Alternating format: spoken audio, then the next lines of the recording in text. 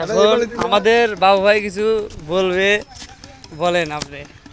যাই হোক, আমার কিছুর বলার নাই। আমাদের অস্থির ফ্যামিলি পার্কের কাজ চলছে।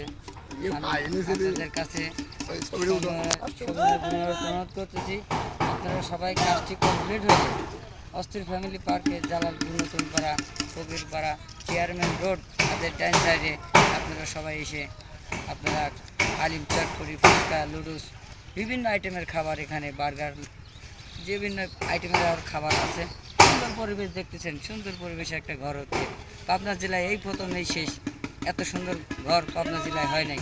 আপনারা সবাই এসে খান বা না খান, আপনারা একটু দেখে পরিবেশন করে যাবেন। এই কথা বলেই আমার সংক্ষিপ্ত সম্পর্ক এখানেই শেষ করছি। আসসালামু আলাইকুম ওয়া রাহমাতুল্লাহ।